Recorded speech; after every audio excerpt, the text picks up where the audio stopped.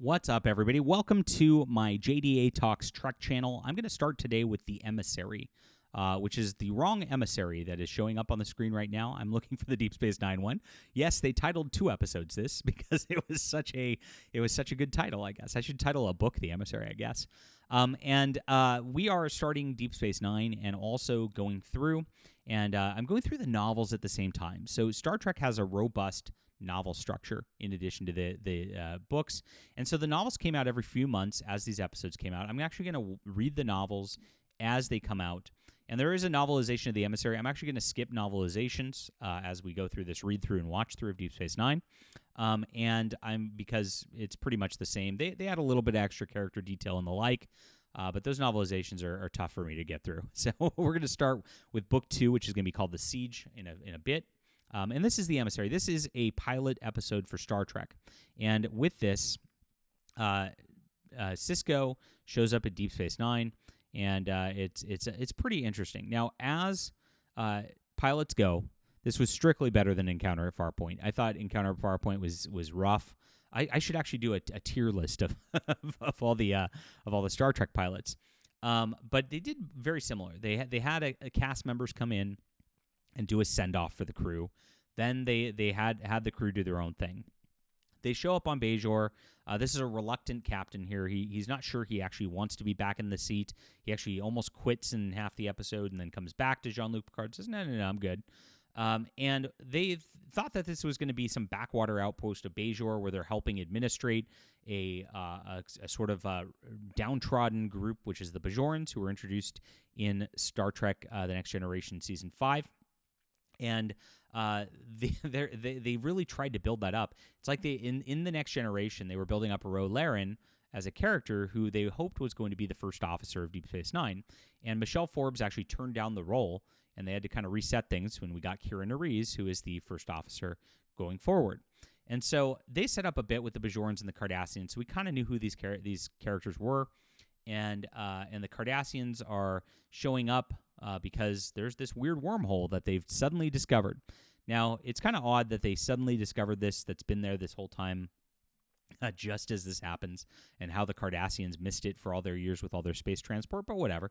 It is what it is. They had to have Jadzia Dax there to do that. And they introduced all these characters in these roles. Now, they looked a little uncomfortable in the roles, and they do settle in as they get in these seasons. And I think Julian Bashir ends up a little try-hard at the beginning, and Jadzia isn't sure like what she's doing with Terry Farrell. And I think that Sisko's a little less strong as a commander than he gets in future seasons as well. And so the characters are like almost there, but it is good introductions to everybody.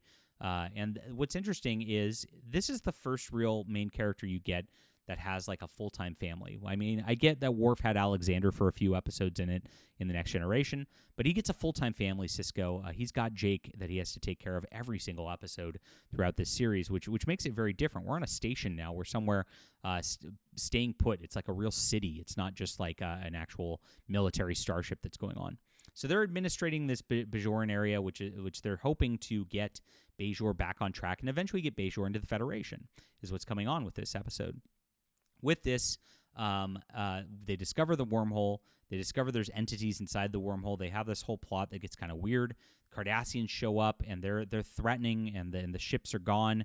They have to hold off and hold the station until they get back. They get a little action with the drama on that. And there's not a lot of action and drama in the first season of Deep Space Nine. The station is not equipped with a lot of weapons. They only have a couple of runabout ships.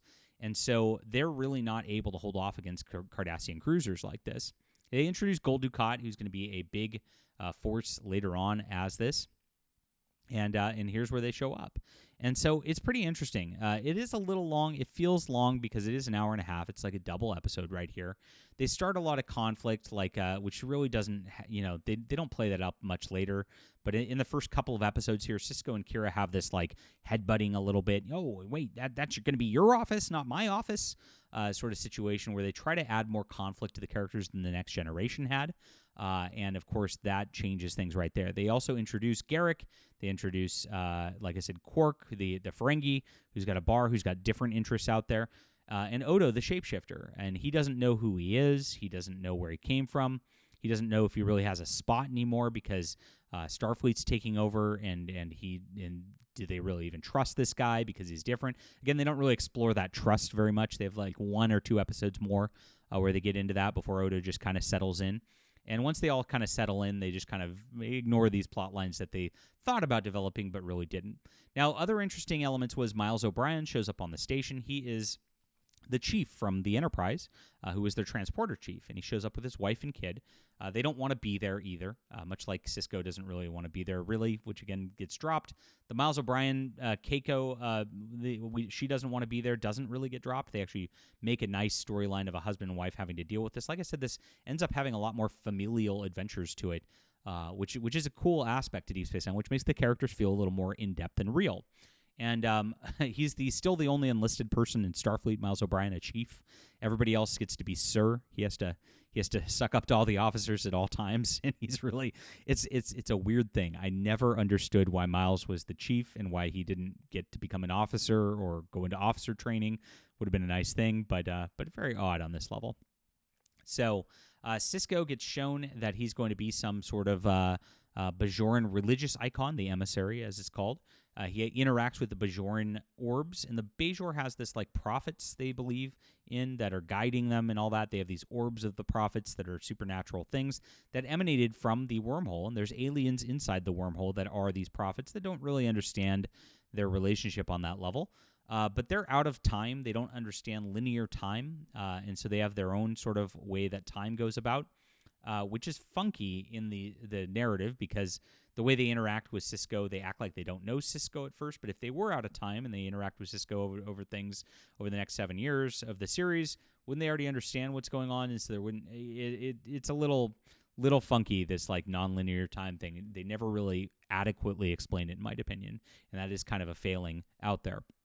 But it's pretty interesting what they get set up anyway. It is a nice episode, and though they are, it's not perfect by any means. I do think that this episode, The Emissary, stands up pretty well in terms of one of the pilots. So we get all these characters introduced. We get this scenario introduced. They move the station closer to the wormhole to, quote, protect it, even though they don't have a lot of defense systems. Like I said, there's little logic problems through this a little bit all the way around. But then there's this Gamma Quadrant 70,000 light years away, which opens up a new realm of exploration that they're going to be kind of the gatekeep for, and it's going to be very interesting on that level. So a nice start to a series. It's a 7 out of 10. The first couple of seasons are pretty rough at Deep Space Nine, but this is what we got right here. Leave a comment down below with my review, what you thought about this. Please hit the like and subscribe button, guys. I am a writer myself. I've got science fiction stuff. I've actually got a space exploration series I'm developing right now. Please get on my newsletter, which is where I'm going to be developing these books. I would love for you to be there, and thank you for being here and supporting my books. That's in the description below. I've also got an online bookstore and the like you can check out if you want to buy things now. Thanks so much. We'll be back soon.